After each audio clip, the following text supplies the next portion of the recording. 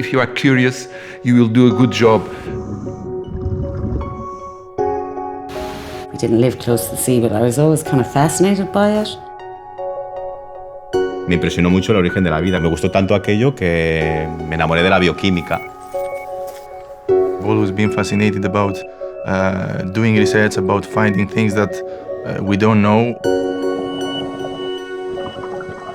Always had a huge passion for the sea and for animals that live in the sea.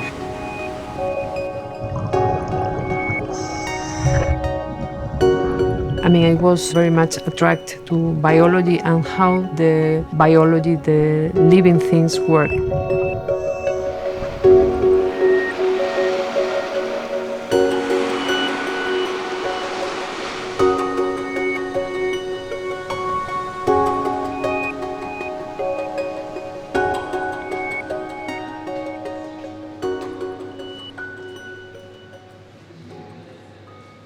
SEATRACES, we have to hear the name, trace.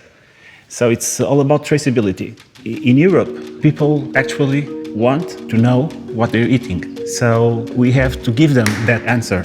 El consumo responsable necesita de información adicional que muchas veces no está en la etiqueta. El consumidor está preocupado por cómo afectan sus decisiones de consumo a su entorno, pero si no tiene esa información clara, veraz, pues no va a poder tomar esas decisiones de consumo responsable. Have to guess the fish. Es una dorada, un sargo. O un sarguiño, no sé. Ah, è un merluzzo. I have no idea. Parece salmón. O una lubina. Je me suis trompée. Es una dorada. Tagliato così non l'avrei mai detto. No es salmón. You need a good labeling to get to make your own choice, yes? It says it's, okay, so it's mass produced, so it's not from the ocean. No. Well, that's actually, this one is too. Este es de 2 días antes. Este es más fresco, pero realmente yo no me hubiera fijado. Tiene demasiada información para lo que estamos acostumbrados. Why? Why traceability? Why labeling? Well, in fact, whenever we buy something, you are alerted to the labels. What's in there? Is there something truthful? Is it right? So that was the drive for this project and for my commitment to the project. Can we start? Can we start? Good morning, everybody. I will welcome you to this meeting. To do now, I think that there are here new people and maybe it's a good idea. In SEATRACES we have tried to involve as much as possible stakeholders and end users. Stakeholders are producers and industry in general. There are not just scientists, you have literally every stakeholder in SEATRACES has a bit of an involvement, and so you can really have clearly the feeling that you're not just doing this to publish another scientific article. You are definitely doing this in the hope that our seafood supply chain is going to get better. Let me just tell you first that the SEATRACES project is an important project, mainly because it touches an issue that is extremely important, and it has been identified by the European Food Safety Authority as an emergent one. And this is the issue of food fraud. Ya les había adelantado que vamos a hablar del fraude del pescado. En élevage intensif, des poissons plutôt voraces puisqu'il mange 400 sacs comme celui-ci tous les jours. L'objectif est clair, Declaram afinal peixe caracol, esta espécie de venda não autorizada em Portugal. El fraude del pescado no respeta fronteras. 1 de cada 5 pescados está mal etiquetado. Así lo revela un informe de la Organización de Conservación Marina Oceana que ha revisado más de 200 estudios de 55 países de todo el planeta. Anything that has to do with illegal fisheries, mislabeling, and many other unlawful actions is considered to be seafood fraud. This has extremely negative implications for the fisheries themselves. It basically is a risk for their viability, but also poses significant negative impacts to the general public, especially public health. And it's really important as well for smaller fisheries. There are artisanal fisheries around the place. There's only a few boats, and the fish is really fresh, and it's important for them to get a good price. And you can only do that by sustainable fishing practices and a kind of a traceable system to prove that their fishery is sustainable, and people will be willing to pay money for that. Hay diferentes estudios que cifran en un volumen importante de fraude en cuanto a una identificación incorrecta de la especie.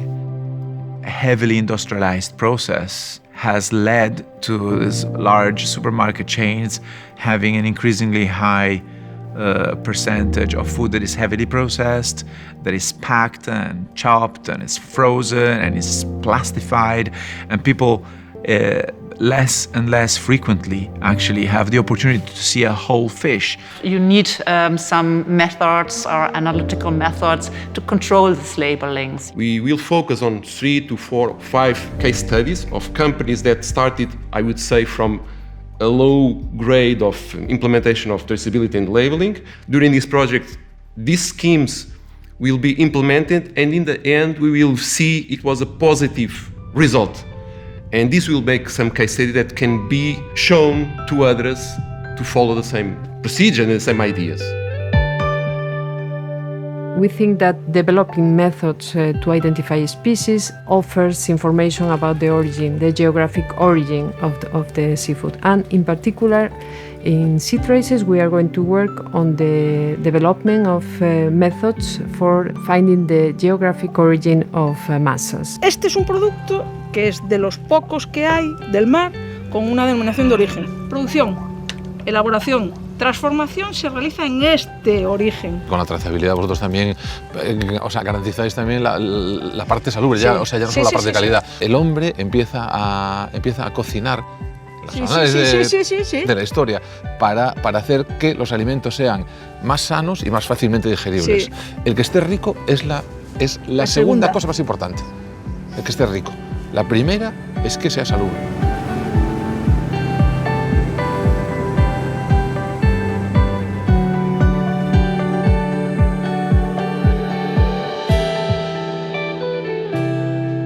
So this extension will be the future oyster farm.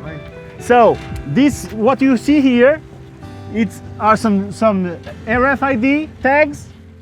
Imagine when you buy some clothes or a perfume or whatever. Sometimes we hear the alarm in the stores. That's because the clothes and the perfume had an RFID tag on. So we can trace the oysters from the time they enter, very little ones, seeds, oyster seeds, until they go to the final customer. And that's traceability like no other.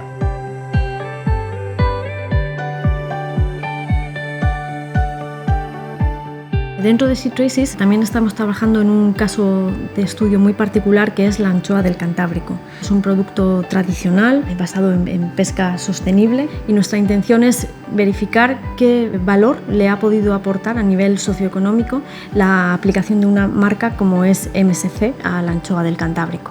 Case studies are really interesting because it's kind of like, industry in practice and, how these companies change because the customers or the consumers are demanding that the fish be traceable and be sustainable.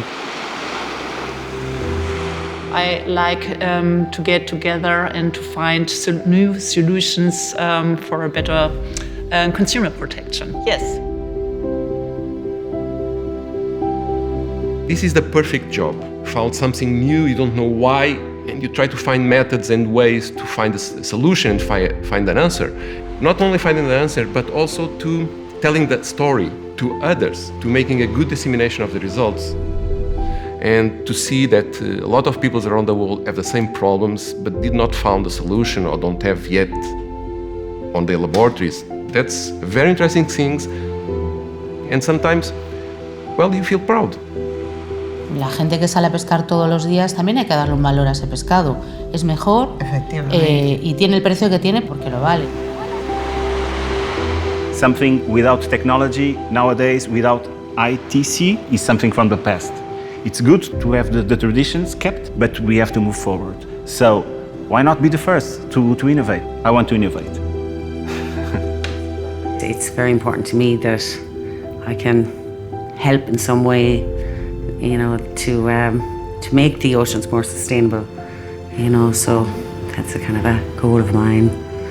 And that also makes it exciting because you can contribute to scientific advancements, but also at the same time you can show all the different segments of societies that actually science can make a difference to everybody's life.